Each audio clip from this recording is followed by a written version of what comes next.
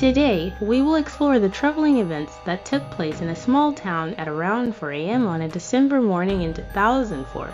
The incident started when a young man named Alex, who was injured, ran into a convenience store near an apartment complex, desperately seeking to call 911. Alex told the dispatcher that he had been awakened by the cries of his roommate, Jamie. Rushing into the living room, he saw an unknown person leaving Jamie's room.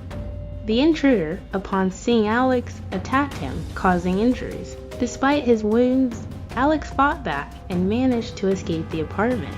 He later provided a description of the attacker, which helped create a composite sketch. John Barry's background. John Barry was born on August 26, 1983, in Bristol, Tennessee, about 120 miles from Knoxville. She had two older brothers from her mother's previous marriage.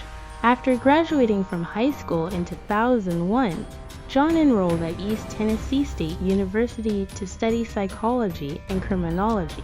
Her parents, Joan and Mike Barry, moved to Atlanta, Georgia, after she left for college. During her university years, John met Jason White, and their friendship soon blossomed into a romantic relationship. They both aspired to become lawyers and eventually enrolled in law school in Michigan. However, John realized that law was not her true calling and decided to return to Knoxville to pursue a master's degree in child psychology, a field she was passionate about. She moved into an apartment with a friend from East Tennessee State University, Jason, who was dating one of her friends. Jason offered her a place to stay until she could find her own apartment. In Knoxville, John also took a part-time job at a jewelry store to support herself. The night of the crime on December 5, 2004, after finishing her shift at the jewelry store, John returned home. The following morning, she was dead, and her roommate, Jason, was the primary suspect. Jason was treated at the hospital, where doctors determined his injuries were not life-threatening. The police noted that there were no signs of forced entry into the apartment, suggesting that the perpetrator either had a key, was let in, or the door was unlocked. An Atlanta Braves cap found on John's bed intrigued investigators, as it belonged to a neighbor whose car had been broken into that night. The neighbor, Brian McClemmer, reported that two caps, along with a stereo and C-disc, had been stolen. One of the caps was found in the apartment, leading police to speculate that the intruder wore it to protect themselves from the rain. However, tests on the hat revealed no hair other than its owner's, Jason's account. Jason voluntarily went to the police station to answer questions, aware that he was a suspect. He described his relationship with John as purely platonic and recounted the events leading up to the attack.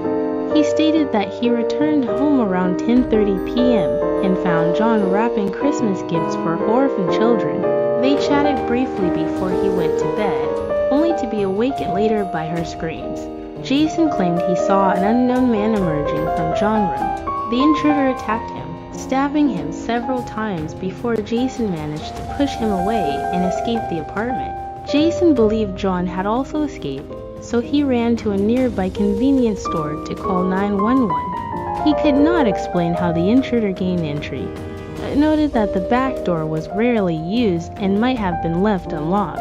Despite cooperating with the investigation and agreeing to take a polygraph test, Jason failed the test, which led to further suspicion. However, a more experienced polygraph examiner later reviewed the results and concluded that errors were made during the initial test, clearing Jason of suspicion. Conclusion: John Barry's tragic death was a result of a senseless and violent crime. The relentless efforts of her family and the investigators finally brought her killer to justice.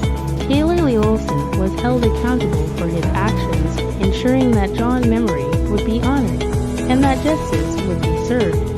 This case highlights